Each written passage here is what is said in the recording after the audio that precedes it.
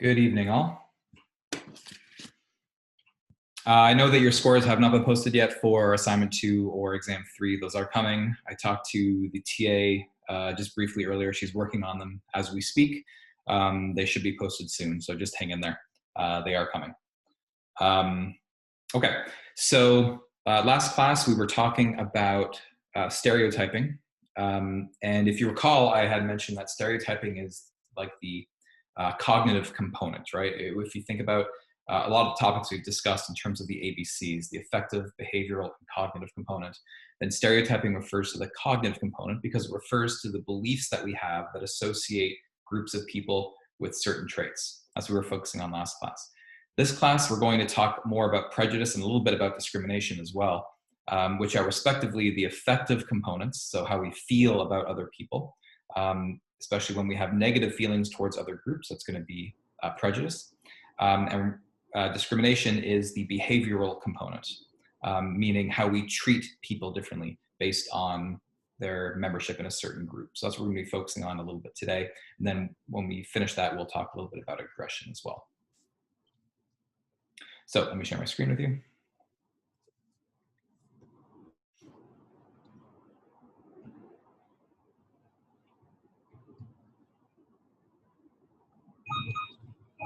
Okay.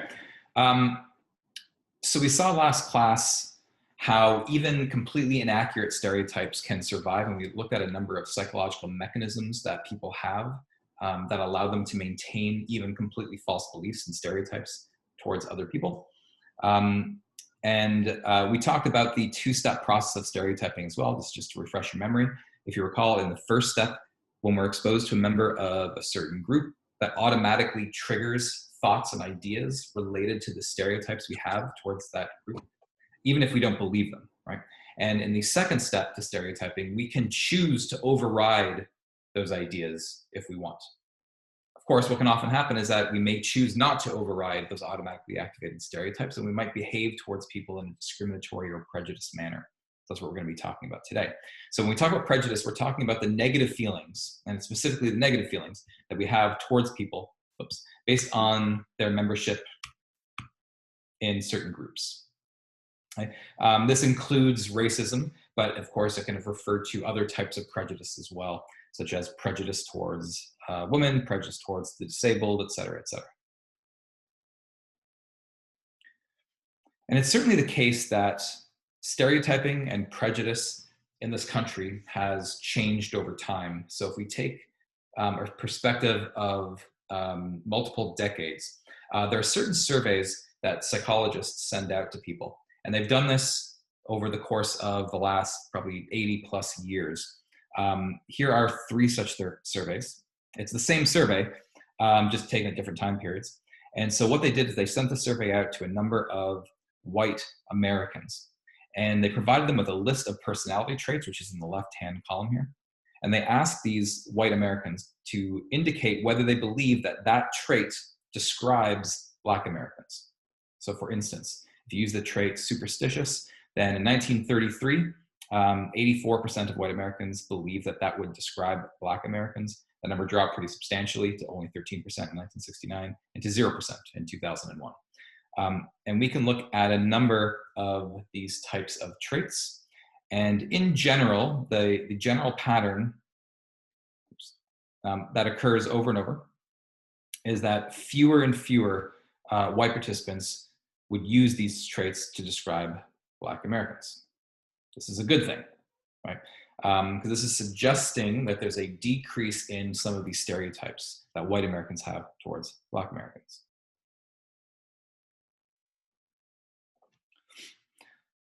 Okay, now those were beliefs that white Americans had towards Black Americans, so that we're referring to stereotypes there. They've also conducted a number of similar surveys over the decades looking at more prejudice or discrimination, so how white Americans might treat Black Americans.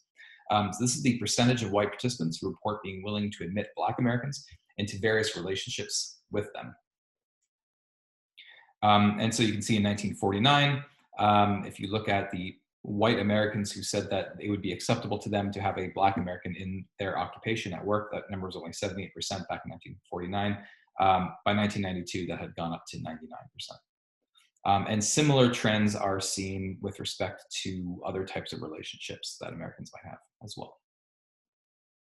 Okay, so again, these are relatively good signs. I mean, this is only 1992. Obviously, we're almost 30 years beyond that. So these numbers might look a little bit different today. And it's certainly the case that especially in the last 4 years, or last few years, there seems to have been somewhat of a resurgence of prejudice and discrimination. So although the long-term trend over the course of decades is positive in the sense that there's decreasing stereotypes and decreasing prejudice, in the short term, over like a few years, obviously things can move around a little bit. And seems to have been somewhat of an increase in discrimination and racism in particular in the past few years. But at least on longer scales, the trend is fairly positive. This is the percentage of adult participants who agree with the statement that it's all right for Blacks and whites to date each other. And this was taken over the course of, 25 years. Hopefully that number would be even higher today. But again, we see a similar sort of trend, whereas fewer than half of people in 1987 thought that that would be okay. We're looking at 86% as of 2012, and hopefully higher today. But even though these are positive trends, this of course does not mean that racism or prejudice or discrimination is a thing of the past. Because one of the things that researchers have noted is that although explicit racism in particular has decreased over the decades, it has been replaced with something that they've called modern racism.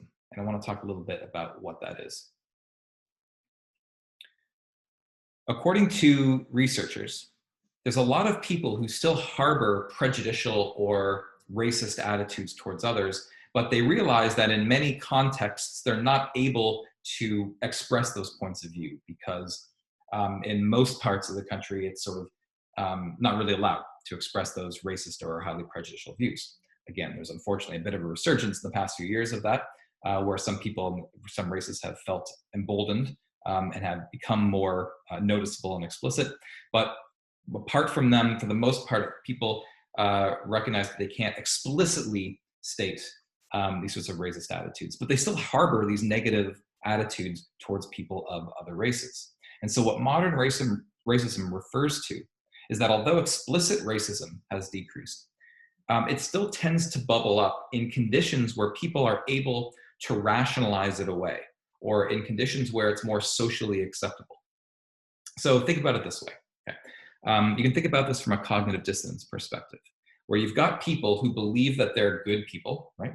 And yet they still harbor these racist attitudes. Well, if I harbor racist attitudes, then that kind of conflicts with my ideas that I'm a good person. It's sort of hard to maintain both of those perspectives at once. And so what happens is that although they harbor these negative feelings, they kind of suppress them until they're in situations in which they're able to express them, but they're able to rationalize them away. They're able to treat, say, Black people differently, but they're able to rationalize it away and say it's not due to racism, it's due to something else.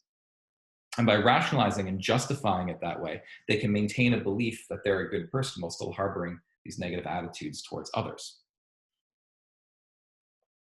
Okay, in other words, people still perceive themselves as fair, but they still have these negative feelings towards these outgroups.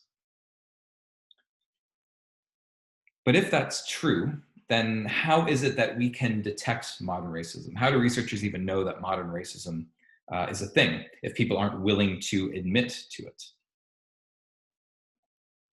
There's a number of techniques that people can or have tried to use to sort of get at modern racism. A few of them aren't very good, but there is one technique that I'll mention in a second that gets at it a little better. So we've talked in this class about the idea of a bogus pipeline. If you recall, a bogus pipeline is effectively a fake lie detector. So if you hook people up to something that they believe can tell if they're lying, and then you ask them questions, such as, what are your feelings towards people of other races? Well, if people believe that this thing that they're hooked up to can tell if they're lying, then people are going to be more honest when you ask them those questions. And so by hooking people up to bogus pipelines, people are more willing to admit that they might have prejudicial attitudes because they think this machine can tell if they're lying.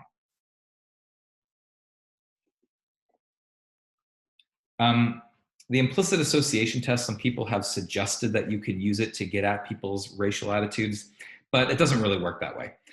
If you recall, when we talked about the implicit association test, which of course you guys all took for assignment 2, if you recall, the implicit association test only really measures your awareness of certain stereotypes. So if you've grown up in a culture that has associated, let's say, being young with a good thing and being old is a bad thing, even if you don't explicitly believe that, then the implicit association test will often still show that you have these automatic associations between being young and that being a good thing, even if you don't explicitly believe it. So just being a part of a culture can lead you to, on the implicit association test, to show these sorts of associations. And so what that means is that if you took a race IAT for assignment 2, it might have shown that your results might have indicated that you have a preference for white faces over black faces. But what that means, it does not mean that you're a racist person. It does not mean that you explicitly prefer white people over black people. What it means is that you've grown up in a culture that has emphasized that being white is a good thing, sort of a racist culture, let's say. And just the fact that you've grown up in that culture, that's what the IET is getting at, right? So the IET doesn't actually measure your explicit beliefs. It doesn't measure whether you're racist or not. It just measures whether you've grown up in a culture that's emphasized certain associations. So we can't really use the IET to get at this idea of modern racism. So a paradigm that has been used more often, which I'm just calling the helping study paradigm, this idea, this experiment gets at people's tendencies to discriminate against other people. So let me describe to you how this study works. So in studies of this kind, there are 2 participants who are working together. So in this case, we can look at a white participant and a black participant, although the same sort of logic applies if you want to use people from different groups, so a man and a woman, or an able-bodied person and someone with a disability. The same sort of logic applies, but I'll explain it in terms of a race. All right, so what happens is that you've got 2 people, 2 participants, or at least one real participant. So let's say the white person is a real participant, and the black person is a confederate of the experimenter, meaning they're pretending to be a participant, but really they're working with the experimenter. So what happens is that these 2 people start working together, or I shouldn't say together, they start working beside one another independently on a task. And at some point, in this case, the black person, who's, remember, working with the experimenter, turns to the white participant and asks them for help on some of the problems that they're working on. Now, what the researchers are really interested in is whether the white participants would help the black person. And they look at this under 2 conditions. So in the first condition, the participants are led to believe that this person, that their black partner, has worked really hard at this task. And they just can't get the answer. No matter how hard they work, they can't get the answer. And under this condition, if you look at the percentage of people who helped, regardless of whether their partner was a black person or a white person, I forgot to mention that there's a control condition in which some people's partners are white people. In those conditions, it doesn't matter whether the person who's asking you for help is a white person or a black person. People are equally likely to help both of these people. This sort of makes sense because let's just say that if I'm a racist white participant and my black partner asks me for help, well, maybe I don't want to help them because I have these negative prejudicial views.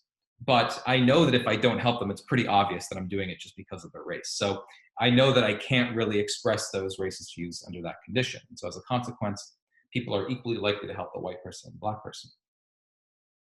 But in the second condition, some participants are led to believe that their partner has not worked hard, that in fact, they're just being lazy and they're just trying to get an answer without actually working it out for themselves. Now, obviously, under this condition, overall, people are less likely to help their partner if they believe they haven't worked hard. But that's especially true for the black partner compared to the white partner. Okay? In other words, people are still less willing to help the white person, that's certainly true, but they're even less likely to help the black person. Now, under these conditions, what that means is that there's some proportion of white participants who would help the white partner, but not their black partner. Okay, in other words, there's some sort of discrimination going on. They're treating their partners differently based on the race of their partner. Now, if you ask those white participants, If you would ask them, why didn't you help your partner? Probably none of them would say it's because they're Black. What they would say is, well, I didn't help them because they didn't work hard. But we know that can't be the complete reason for why they didn't help their partner, because if that was the only reason, they would still help the white and Black person equally, but they don't.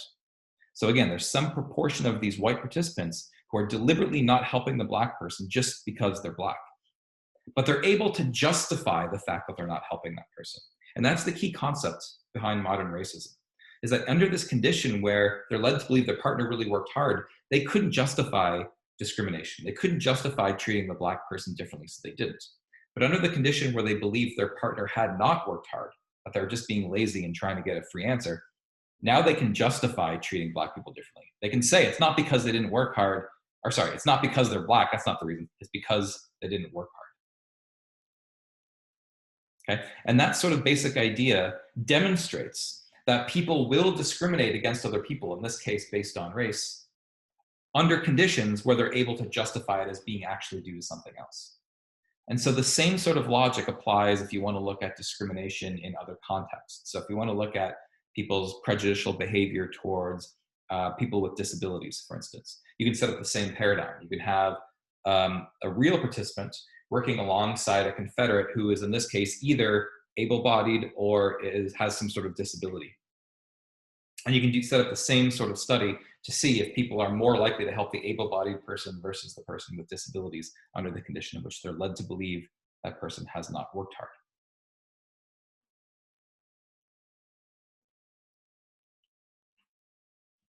Okay.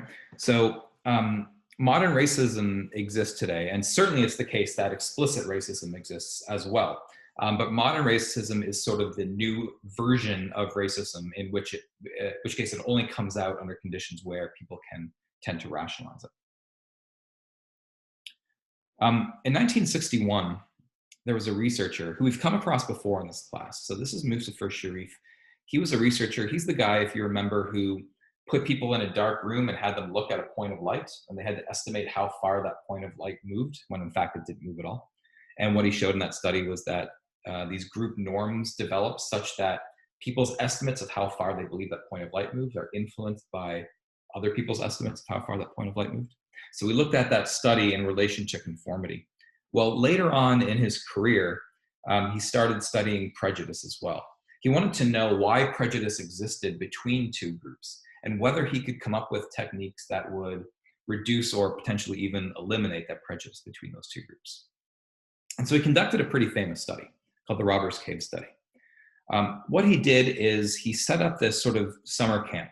This is in I think it's a national park in Oklahoma, I believe it is. And the summer camp was for boys, especially boys about 10 to 11 years old, kind of preteen boys. And what he did one summer is he had two groups of boys who were initially unaware of each other's presence. So we had one group of boys in one part of this park, another group of boys in another part of this park. And they would do some typical summer camp type of activities. They would have picnics, they would go canoeing, they'd go hiking, they would do those sorts of things, right? And for the first week or so, that's all that happened, that these boys interacted with each other, but they didn't know of the existence of the other group. They were just these two groups that were independent.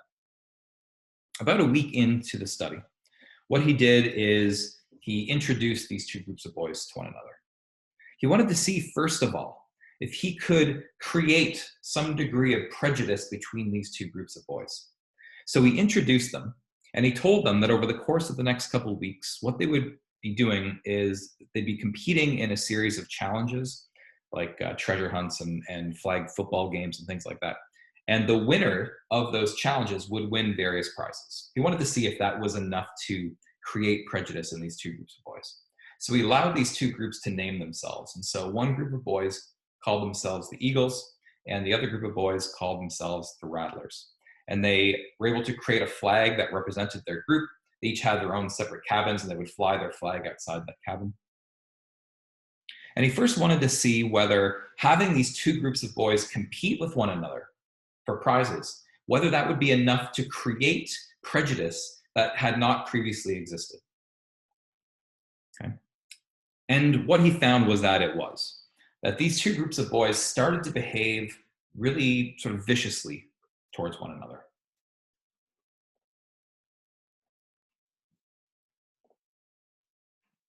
Okay? They became really hostile towards one another. And it started off smaller with name calling and things like that, but it started to escalate. So when they had picnics, for instance, they would start to have food fights with one another. One point, one group of boys ransacked the cabin of the other group of boys and destroyed some of their stuff. And in retaliation, that group of boys stole the flag from the other group and burned it. So you got this really fierce hostility between these two groups. And these were groups of boys who came from families and they had never had any history of any sort of violence or aggression or anything like that. So it sort of created this novel violence and this novel prejudice between these two groups of boys.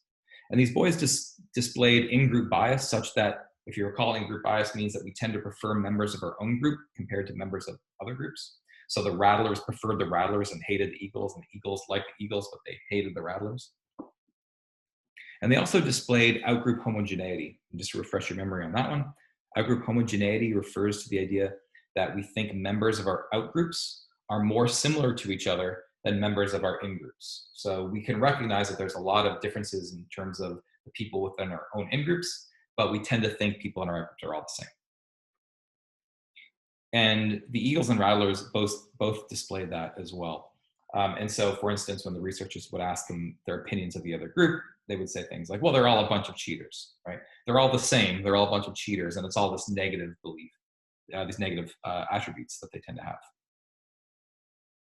So the first step of this study was successful in a sense. He had created prejudice between these two groups that had not existed before. But what he really wanted to know, what he was really interested in, is whether, once this prejudice was created between these two groups, whether he could eliminate the prejudice between the two groups. And so to that end, he tried 3 different strategies to see if they would be successful in reducing the prejudice between the two groups. First thing he tried was propaganda. So effectively what he did is he went to the Eagles and he said, hey, you guys should really get to know the Rattlers. These are a bunch of really good guys. You would really like them, okay? Why don't you give them a chance? And he would go to the Rattlers and say the same thing. Those Eagles are a bunch of really good kids. I think you would be friends with them. If you just gave them a chance, why don't you get together and interact and have an open mind? And this strategy failed miserably.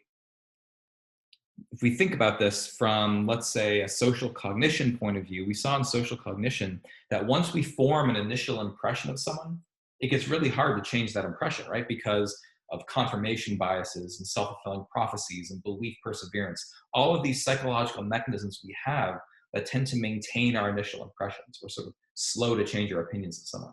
And as a consequence, the researcher coming in and saying, give them a chance, didn't matter because of these confirmation biases and other heuristics that these kids used. So propaganda completely failed to restore the peace.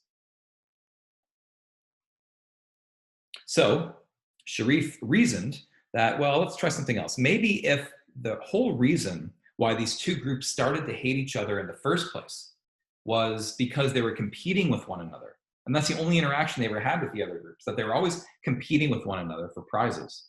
Well, maybe if we brought them together under non-competitive circumstances where they weren't competing with one another, that would sort of undermine the motivation for the hatred between the two groups. That was his logic. And this strategy completely failed. Okay, because what happened, this is when he would bring them together for picnics, and that's when they would start to get into food fights and things like that. It didn't matter. Once that these groups decided that they hated each other, it didn't matter if they stopped competing and you brought them together under non-competitive circumstances because they already hated each other. It was sort of too late for this. So that strategy didn't work at all. So they tried a third strategy. They created what are called superordinate goals. A superordinate goal is a goal that can only be accomplished through the cooperation between the two groups. So for instance, here's a few things they did. There was a truck, kind of like this red truck here, that would bring supplies into camp every day. And what the researchers did is they staged a breakdown of that truck just outside of camp, kind of at the bottom of a hill. And the only way that that truck could get to camp was if all the kids went out there and worked together to push the truck up the hill. So they had to work together. They were sort of forced to cooperate, in other words. They did a few other things as well. At one point, they staged a break in the water main that was bringing water into the camp. And the kids were told that in order to get water, they had to find where the break was. So all the kids had to go out together and search together to find out where the break in the water line was so that they can get water in the camp again. As a third type of superordinate goal, they told the kids that they would be able to watch a movie, but only if they were able to pool all of their funds together. So the Eagles by themselves didn't have enough money for the movie, and the Rattlers by themselves didn't have enough money for the movie. But together, if they pooled all their movie, they would have enough money. So by introducing those superordinate goals, they basically forced these kids to work together. And this strategy turned out to be really successful. Introducing these superordinate goals and forcing this sort of cooperation broke down, I guess, the prejudice between these two groups. In fact, it worked so well that at the end of the summer camp, the researchers had brought 2 buses in to bring the kids home, one for the Eagles and one for the Rattlers. And when the 2 buses showed up, the kids basically said, no, we're not going to go on separate buses. They wanted to take the same bus with their new best friends in the other group. So it actually really worked really well to reduce the prejudice between the 2 groups. And there's a couple of ways that you could think about why that would work. But again, you could take a cognitive dissonance perspective on this, whereby, let's say I'm an Eagle and I hate the Rattlers. I really hate the Rattlers. But now I'm working with the Rattlers. I'm cooperating with them to push a truck up a hill, or to find the break in the water line, or to pool my money for a movie. Right? Well, why would I be cooperating with someone that I hate? Those things don't really work well together, right? So that's going to create some cognitive dissonance. And one way to reduce that dissonance is to change your attitude towards the other group. In fact, now that I think about it, they're actually not that bad at all. I didn't realize, but they're really not that bad. And if they're not that bad, that's consistent with the fact that I'm cooperating with them. Right? So you can think about this from a cognitive dissonance perspective, whereby having these boys cooperate with one another created cognitive dissonance that they could reduce by convincing themselves that in fact they actually like the other.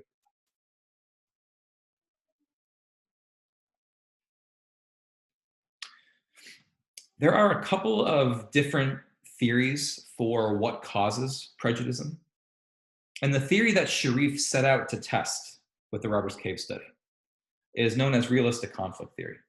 And according to realistic conflict theory, prejudice is created in part when 2 groups are competing with one another for some limited resource. So in the Robbers Cave study, the 2 groups of boys were competing with one another for prizes. Only one group could get the prize. And the idea is that if the other group gets the prize, well, you're getting in my way of getting the prize. And so as a consequence, if you're frustrating me from getting at my goal, then I'm going to really dislike you because you're keeping me from getting what I want.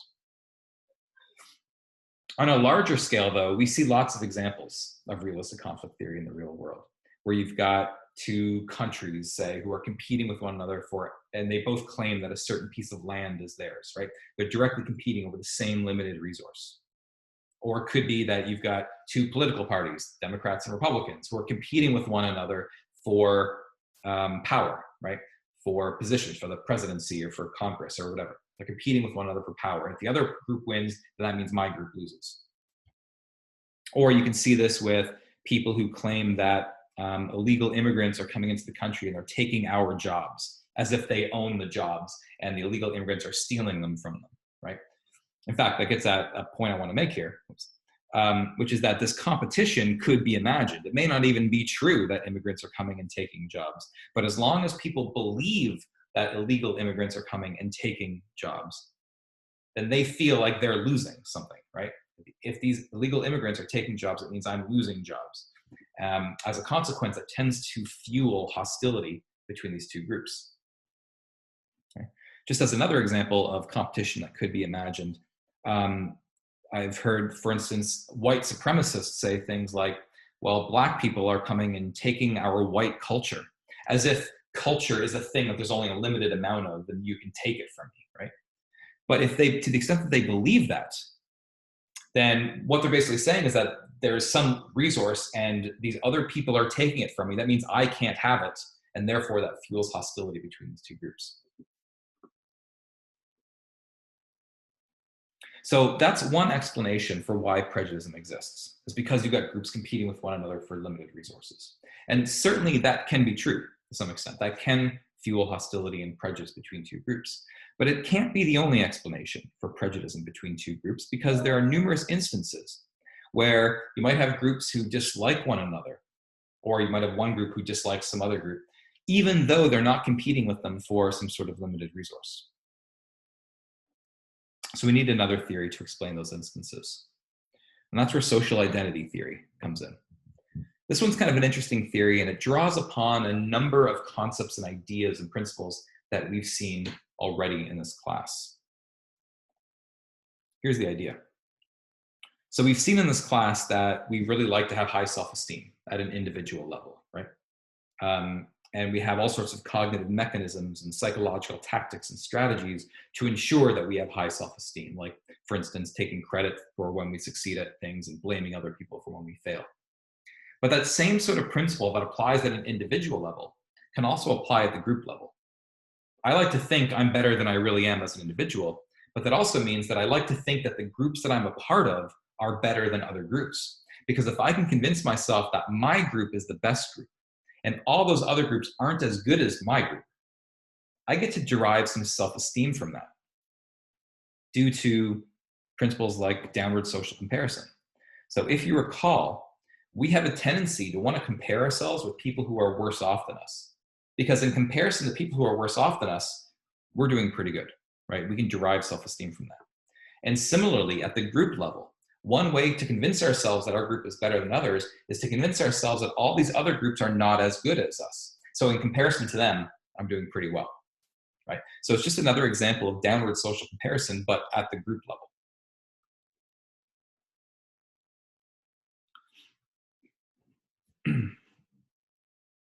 Okay. Another way to think about this is in terms of basking in reflected glory. So we saw that before in the class as well. It's another way to attain self-esteem, whereby we like to associate ourselves with successful other people because we can vicariously derive self-esteem from those associations.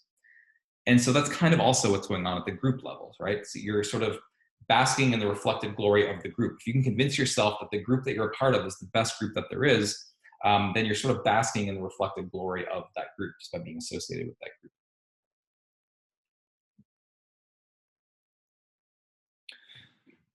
In order to convince ourselves, though, that our group is the best group and it's better than these other groups, what that often entails is putting other groups down, actively making other groups worse off than us.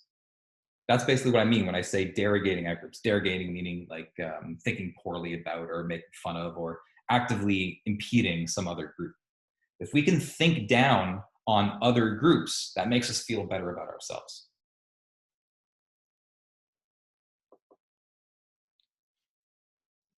And so, in order to test this idea, what some researchers did is they created what are known as minimal group paradigms.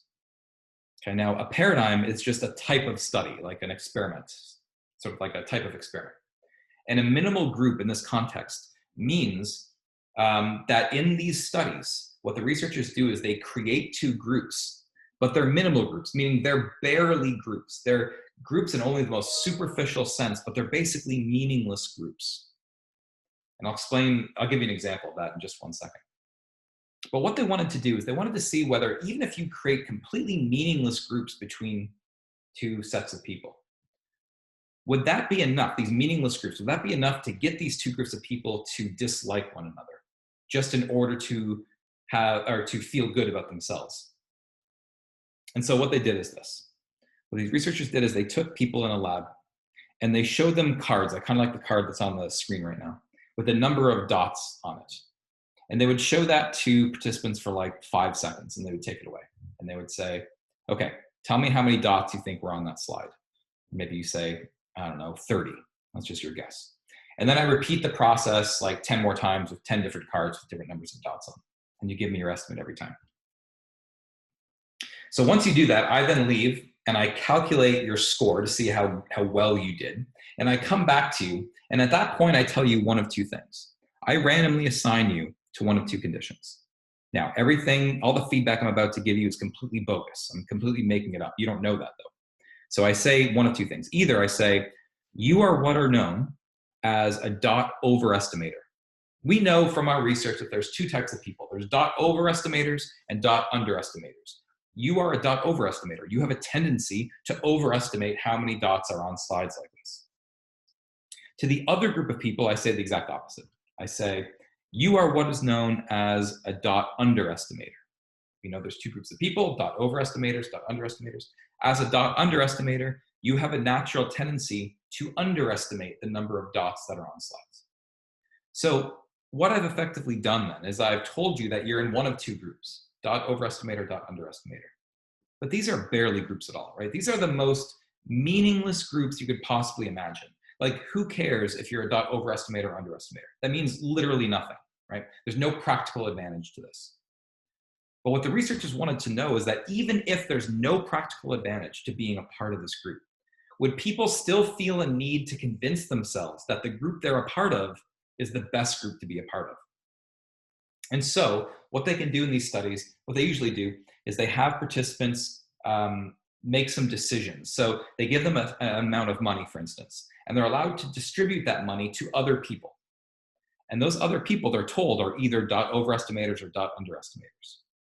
And what these researchers tend to show is that what people do is they give more money to people who are in the same group that they're in. So if these participants are dot overestimators, they give more money to overestimators rather than underestimators. But if the people are underestimators, they give more money to other underestimators rather than overestimators. In other words, these participants are preferring people who are in the same group as them, even though these groups are completely and utterly meaningless. And the idea here is that these people are psychologically convincing themselves that whatever group they're a part of, that's the best group to be in. And so by making the other group worse off, that allows them to justify this idea that they're part of the best group. In fact, this tendency is so strong in people that they will incur a cost on themselves just to convince themselves that other people are worse than them. I'll give you an example. So imagine that you're in this group and you are told you're a dot overestimator. And then I say, okay, you have two options. I've got one option is your group can take $20 and divide it up. And the other group, the underestimators, get $16. Okay, so you get 20, they get 16. The other option is that you get $7 as a group and the other group gets nothing. Which of those two options would you prefer? Well, what often happens is that people prefer that second option. But how does that make sense? I mean, in the first option, they get $20, and in the second option, they only get $7. So why would anyone take the second option? Well, the reason that people take the second option, where they only get $7, is because although they're only getting 7, the other group is getting nothing, right? They're making way more money than the other group. In the first option, they get 20, the other group gets 16. They're only making $4 more than that other group. But if I get 7 and they get nothing, I'm making $7 more than the other group. And I like that idea.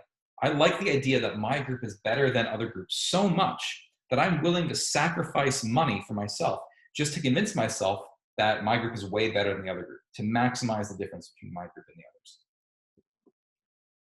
others. Okay, so according to social identity theory, then, part of the reason why people exhibit prejudice is because it helps their self-esteem to convince themselves they're part of the best group.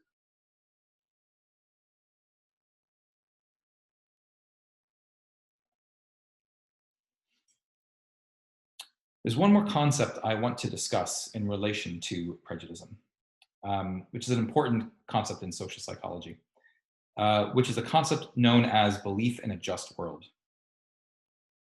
This is a tendency that researchers noted that people have, especially within this culture, although it's in many other cultures as well.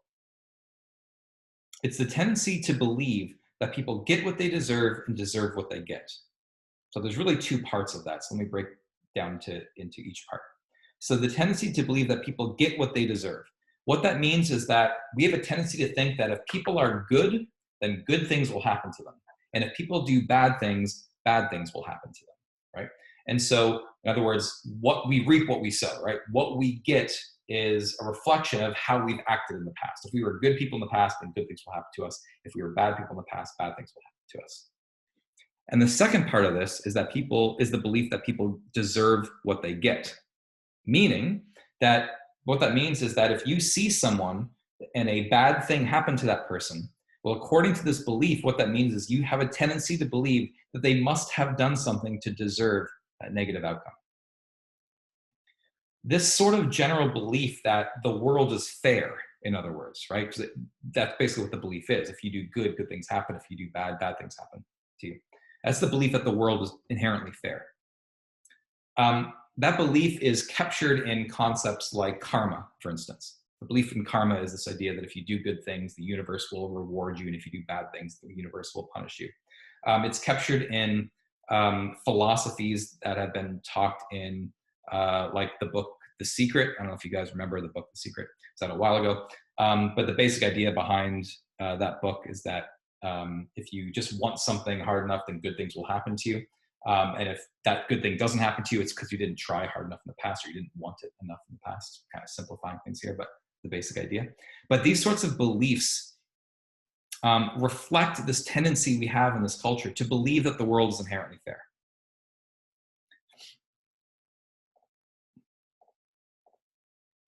Okay.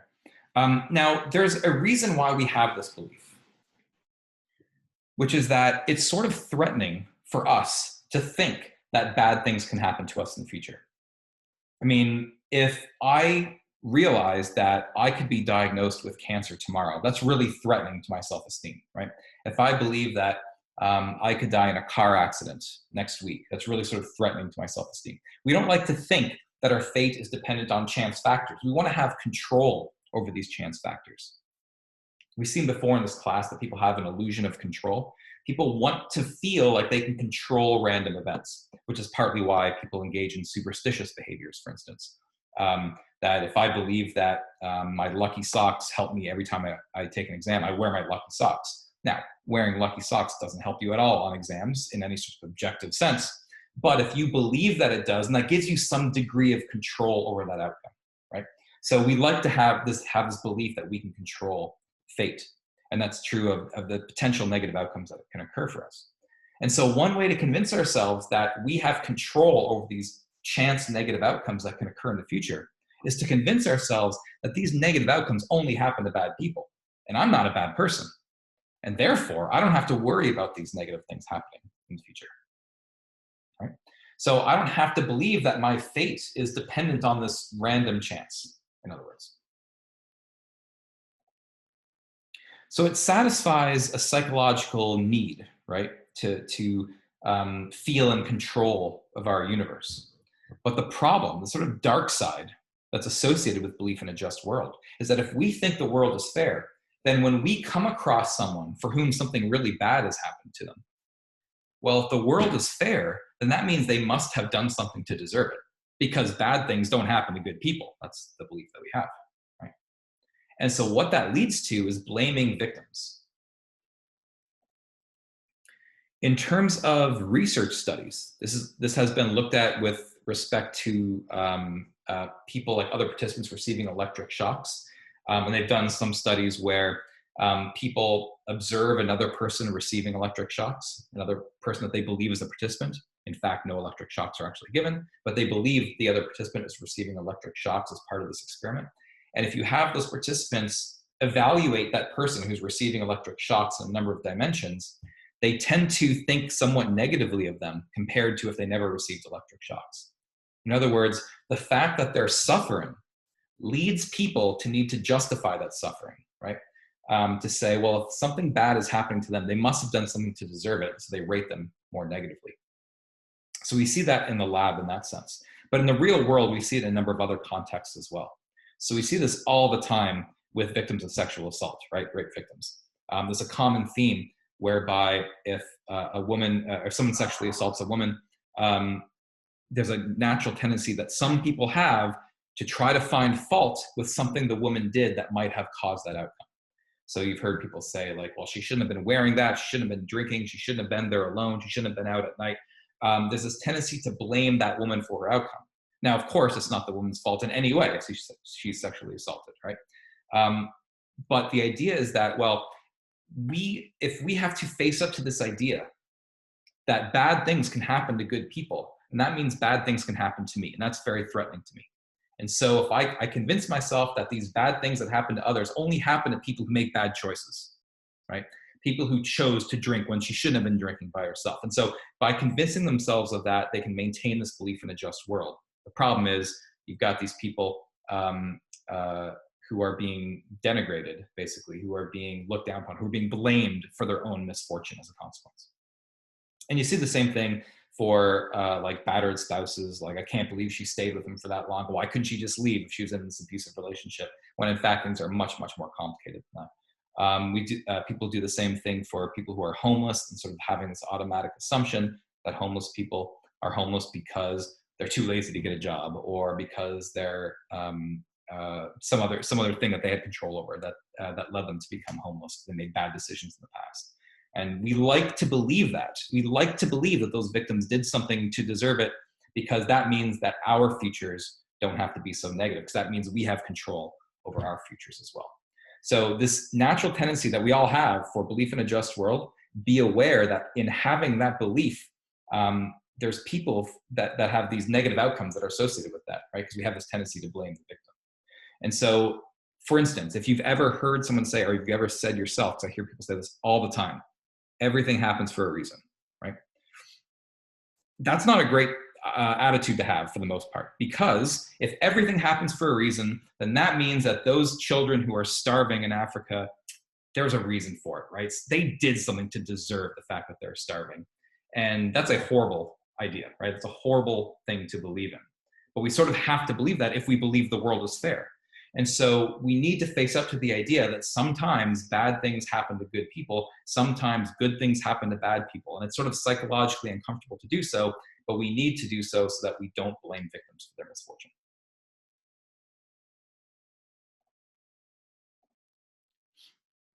Okay. Um, with that being said, let's go have a quiz quickly before I move on to talk about the next section. So you can open up your top hat.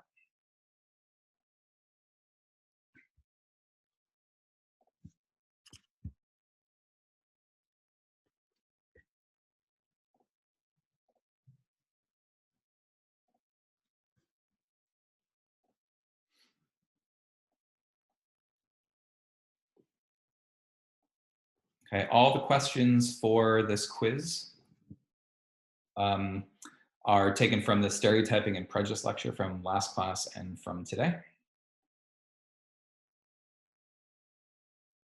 And by the way, remember that because I'm dropping your 4 lowest quiz scores, that what that means is that I'm only taking your top 10 quizzes, and we've taken 10 quizzes so far in the class. So if you've gotten 5 out of 5 on each of your 10 quizzes, then congratulations, you've got a perfect score in the quizzes for the semester. If you haven't, then no worries, then you're gonna have your 4 lowest scores dropped anyway. So just make sure that the next 4 exams that you take in this class, you do well, so that you can drop your earlier quizzes that you did not do so well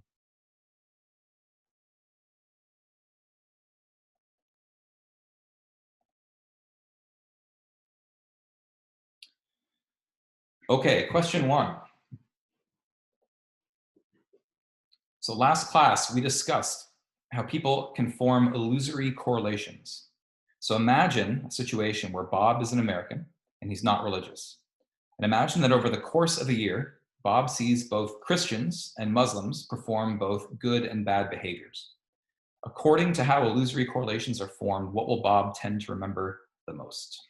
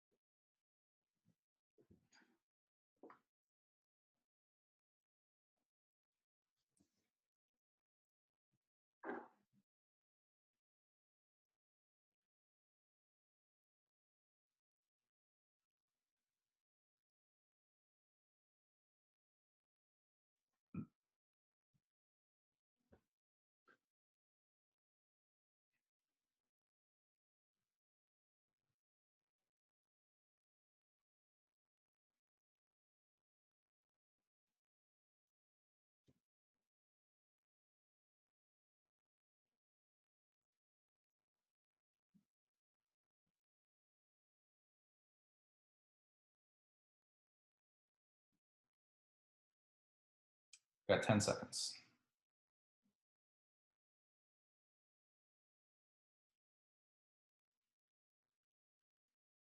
3, 2, 1.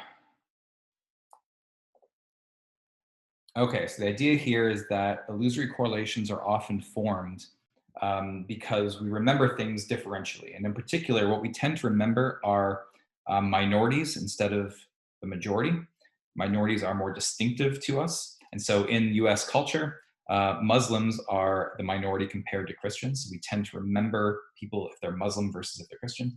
And we also have a tendency to remember bad events over good events because we have an expectation that people tend to behave generally good unless we have reason to believe otherwise. And so what that means is that when people deviate from that, so they behave badly, we tend to notice that and remember it. And so what that means is that over the course of the year, if Bob sees Christians and Muslims performing both good and bad behaviors, what he's going to tend to remember at the end of that year are specifically Muslims performing bad behaviors, which is option D.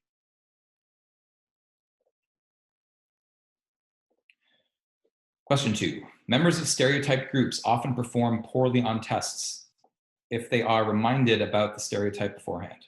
This often occurs because they become nervous that their performance on the test will be judged based on the stereotype. This phenomenon is known as which of the following? Stereotype threat, evaluator apprehension, stereotype activation, outgroup homogeneity.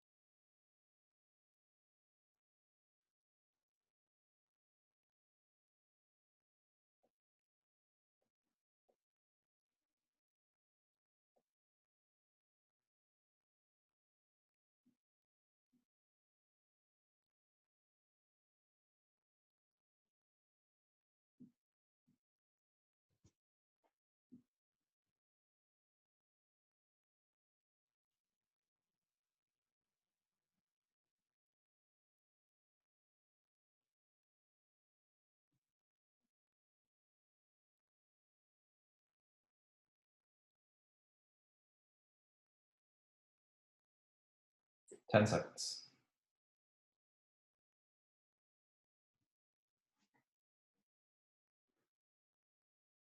3, 2, 1. We discussed this last class. This is known as stereotype threat. That is correct. This is the idea that if I'm afraid I'm going to be judged by someone based on a stereotype I think they have about me, that interferes with my ability to concentrate on the test, which leads me to perform worse. Question 3. According to the two-step process of stereotyping, all of the following should reduce stereotyping of another person except which of the following? Okay, so 3 of these will reduce stereotyping, 1 will not. Which one will not? Having people form an impression of the other person while engaging in a task, increasing people's motivation to form an accurate impression of the other person, increasing the amount of personal information people have about the other person, ensuring people have sufficient time to form an impression of the other person.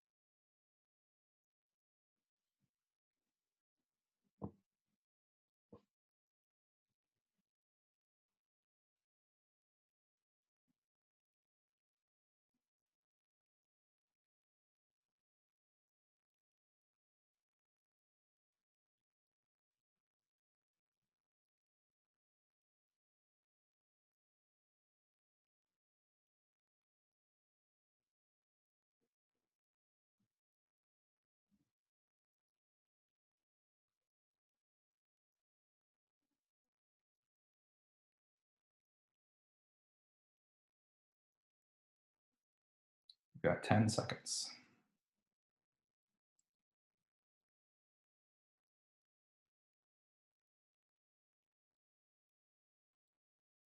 Three, two, one. Okay.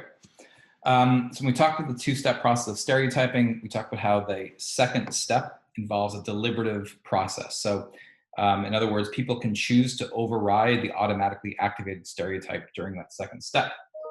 And they're more likely to do that under three conditions. And I laid these out at the end of last class.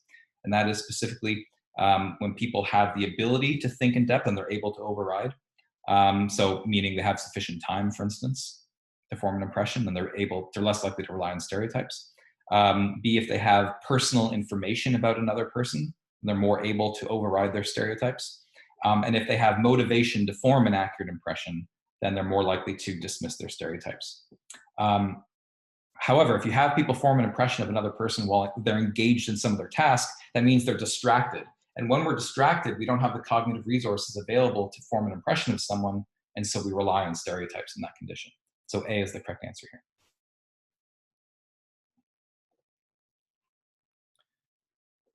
Question 4. Chris is the head of a hiring committee at his local college. He is trying to hire someone for a position in chemistry. He tends to dismiss the female applicants since he holds negative feelings towards women. So, for instance, he believes that they're inherently inferior than men at chemistry. According to social identity theory, why is Chris prejudiced against women? A, because women are competing for limited resources with men. B, because he only pays attention to instances where women failed chemistry and neglects instances where they succeeded at chemistry. C, he has had negative experiences with women in the past. D, because derogating or making fun of women or thinking negatively of them allows Chris to feel better about himself.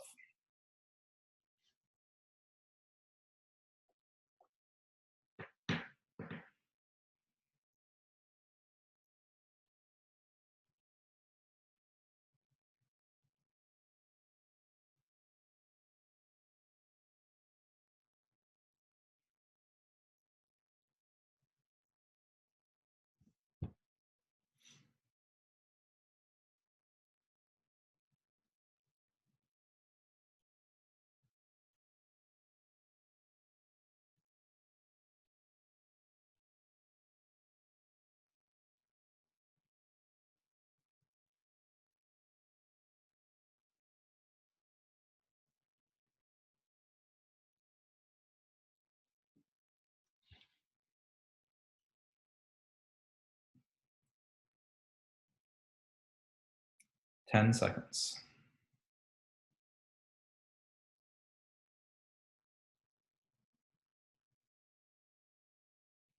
Three, two, one. Okay, so according to social identity theory, prejudice exists because we like to convince ourselves that we're part of the best group. So in this instance, that would mean that D, derogating women allows Chris to feel better about himself. He can gain self-esteem if he can convince himself that men are inherently better than women. Great. A, of course, is an example of realistic conflict theory, that if he thought men and women were competing for the same limited resources, that could produce prejudice, but that's according to realistic conflict theory.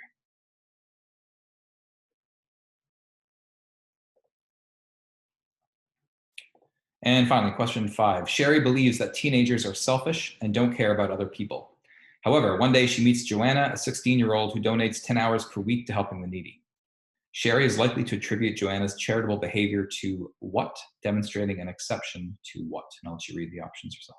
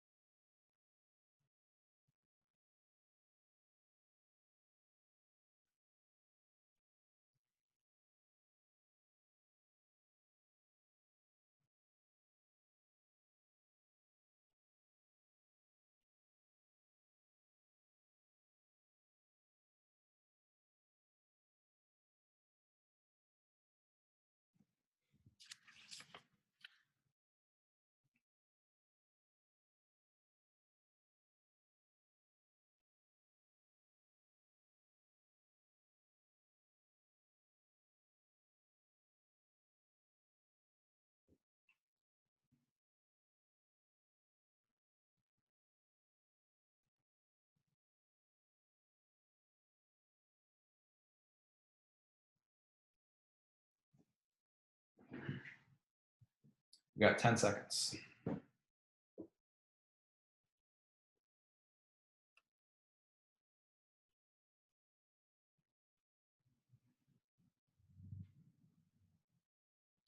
Three, two, one.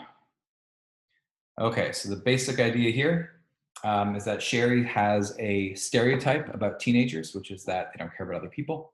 And then she comes in contact with someone who counters that stereotype. She's engaged in behavior that goes against her stereotype, right? Which is the 16-year-old who donates 10 hours a week. Under those conditions, people don't like to give up their stereotypes. So what they do is they attribute that stereotype to some other external factor, to a situational factor. And that is an exception to the fundamental attribution error, because usually, according to the fundamental attribution error, we attribute people's behaviors to their personality. But in this case, the one exception to that is if someone engages in a behavior that contradicts our stereotypes, then we explain it in terms of the situation, so that way we can keep our stereotype. So that would be option C in this case. Okay, people did not do so well in this one. So in other words, the idea here is that if Sherry wants to maintain her stereotype, she can't attribute Joanna's behavior of being generous to her personality, because that wouldn't be consistent with her stereotype. And so A and B immediately can't be the correct answer. C and D are both making external attributions, trying to increase her chances of getting into a good college or trying to impress her friends. So she's not doing it because she cares about people. She's doing it for some external reason. And that contradicts, as I said, the fundamental attribution error. That's why C is correct. Okay. So we've got just over 10 minutes to start a new topic. So let's do that.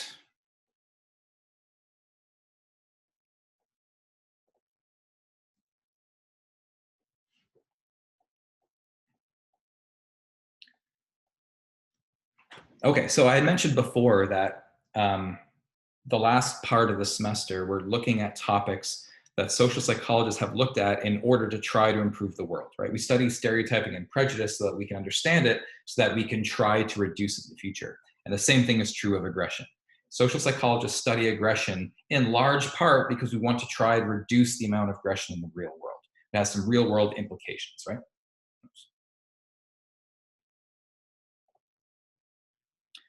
So earlier in the semester, in the first or second week, I talked about the importance of having operational definitions. Just to refresh your memory, an operational definition is when we're studying some sort of behavior that's inherently ambiguous. And we need to define it very concretely. Because in science, we need other people to agree with our observations. We need to be working with a consistent definition. And so if you take a behavior like, or something like aggression, well, aggression is very ambiguous. What you consider aggression might be very different from what I consider to be aggression. And so to make sure we're playing on the same field, make sure we're using the same definition, we need an operational definition of aggression.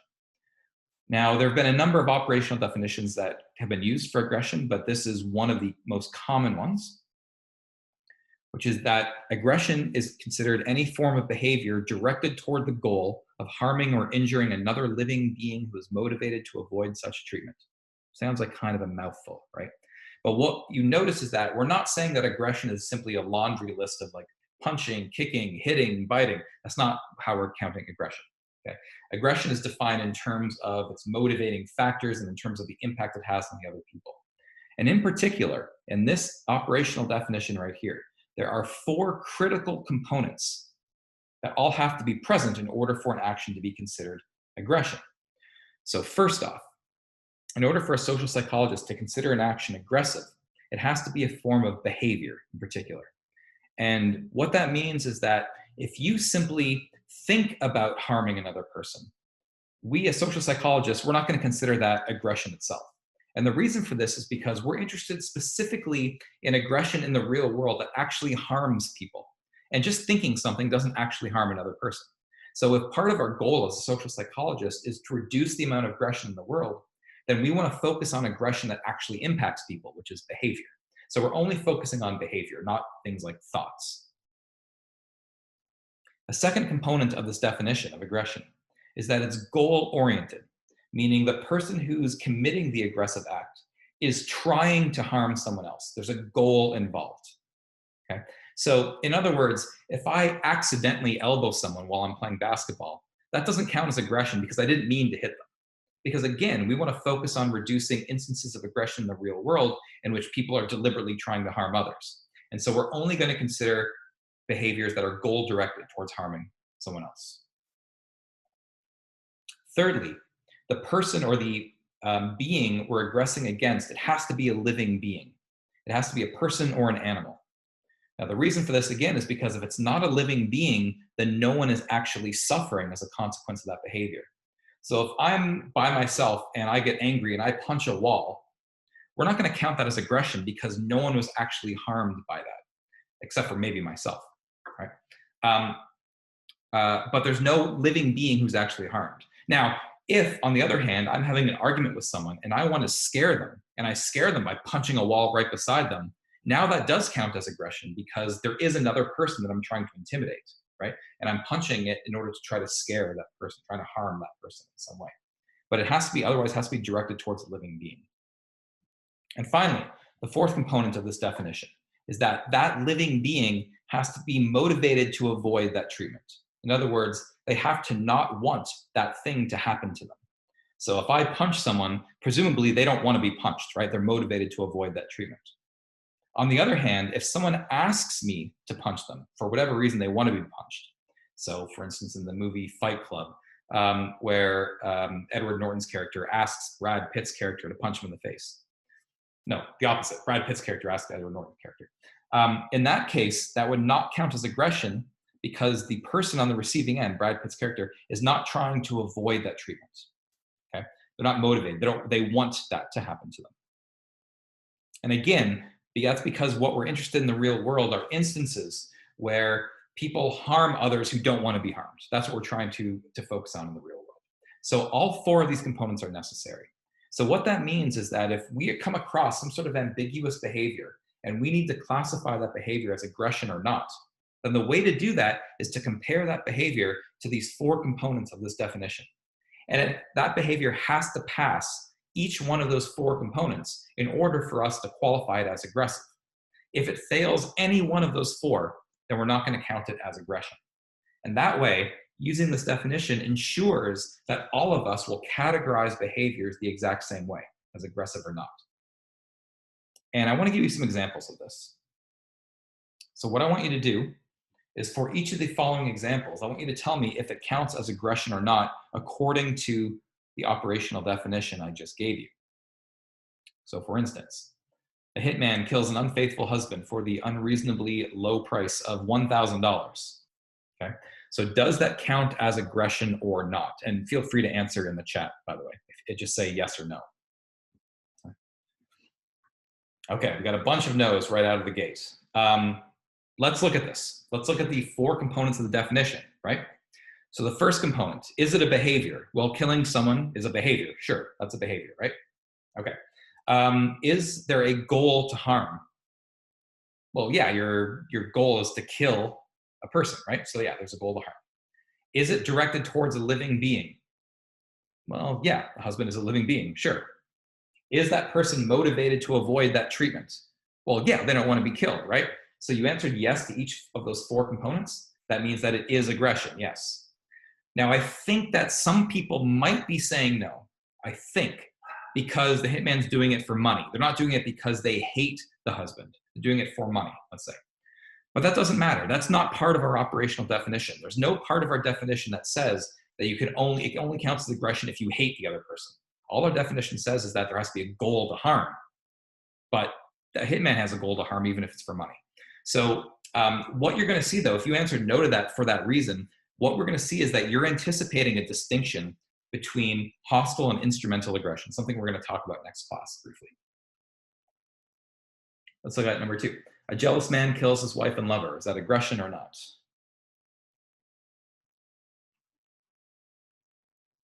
Okay, this one's pretty obvious, right? Everyone says yes. Sure. Is it a behavior? Yes. Is there a goal to harm? Yes. Directed towards a living being? Yes. 2 living beings in this case. Yes. Are those people motivated to avoid it? Yes. So we count it as aggression. Okay, those ones are fairly easy. The next few get a little trickier. So a prison ward. So executes a criminal. So someone gets the death penalty. Does that count as aggression or not? This one's a little trickier, right? Okay, so, okay, most people saying yes. Okay, a couple no's, most people saying yes. So let's go through the definition. Is it a behavior? If you're killing someone, yeah, that's a behavior. Is it there a motivation to harm? Yeah, you're trying to kill someone. Is it against a living being? Yep, it's criminal, or a criminal is a living being. Is that person motivated to avoid it? Presumably that criminal does not want to be killed, so yeah, they're motivated to avoid it. So yes, that counts as aggression. So even though it's legal to do this, it still counts as aggression according to that definition. A depressed person commits suicide, aggression or not?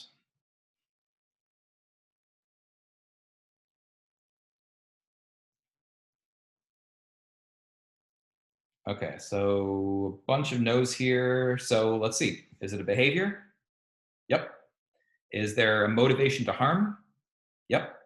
Is it directed towards a living being? Yep. Is that living being motivated to avoid it? No, they're not motivated to avoid it, right? They want to die, in other words. Because they're not motivated to avoid it, this does not count as aggression.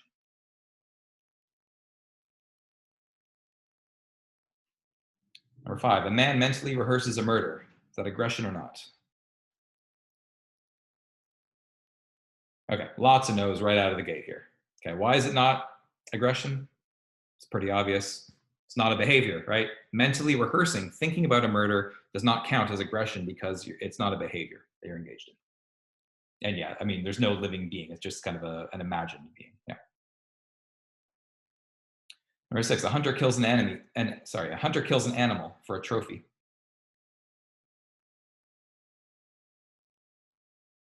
Okay, mostly yeses. Let's see. Is it a behavior? Yep. Motivated to harm? Yep. Trying to kill. Against a living being? An animal counts as a living being. Is that animal motivated to avoid it? Well, yeah, the animal may not understand what's happening, but they certainly wouldn't want it to happen if they were to understand it, right? So they don't want to be killed. So yes, that counts as aggression. Number 7, a Girl Scout tries to help an elderly woman cross the street but trips her by accident. Is that aggression?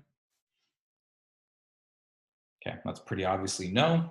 And why is this not aggression? Well, this one's pretty easy.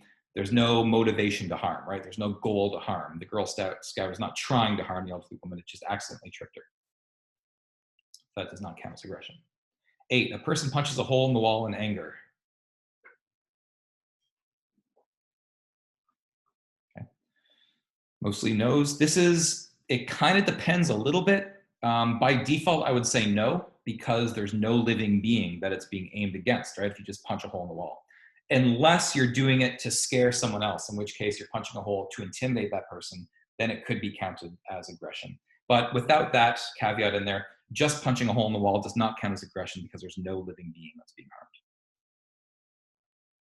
Number 9, one person calls another a racial slur. Is that aggression or not?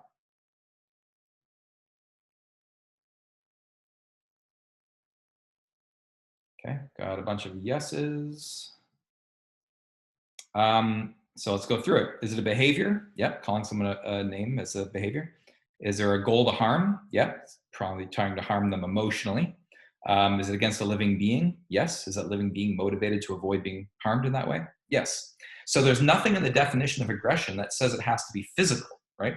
It could be calling someone names, for instance. That's another type of aggression because it meets all 4 points of that definition. 2 more and I'll let you go. A person slams a door shut after an argument. I'll just do this one quickly because this is almost identical to number 8. If you slam a door shut after an argument, it sort of depends on your motivation. If you're just slamming a door shut because you're angry, it doesn't count as aggression because there's no goal to harm someone else. If you're slamming a door shut in order to scare the other person, in order to intimidate them, then it would count as aggression. So it completely depends on the motivation for that behavior, for why they're slamming the door shut.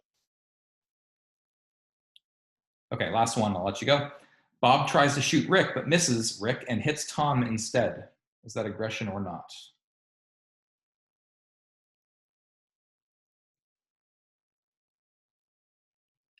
Well, for this one, It depends, because there's two different acts that are going on here, and you need to break down that act exactly towards who. That's what you got to figure out. So let's look at it. There's Bob's actions towards Rick, and there's Bob's actions towards Tom. Bob's actions towards Rick is that he tries to shoot him but misses, right? Well, let's see. Is that a behavior? Well, yeah, he shot at him. Is there a goal to harm Rick? Yeah, he tried to kill him. Is that person a living being? Yep, Rick's a living being. Is Rick motivated to avoid it? Yep, he is. So therefore, you meet all four parts of the definition. That behavior of shooting at Rick, it does count as aggression, even if you don't actually hit Rick. On the other hand, if you look at Bob's behavior towards Tom, so he accidentally shoots Tom. Well, is that a behavior? Yes. Is there a goal to harm Tom? No, there's no goal to harm Tom. It's an accident. So in that case, Bob's behavior towards Tom is not aggression. So what this shows is that aggression does not, or it's not the ultimate outcome that determines whether it's aggression, because Tom got shot and Rick didn't, and yet the aggression is against Rick and not Tom. It's not the ultimate outcome that matters. It's the goal to harm that matters in this case, that determines if something's aggression or not. Okay, I'm a couple minutes over, so I'm going to stop things right there, and we are going to pick up with aggression on Thursday as well. So I will see you guys then. Have a great night. Bye.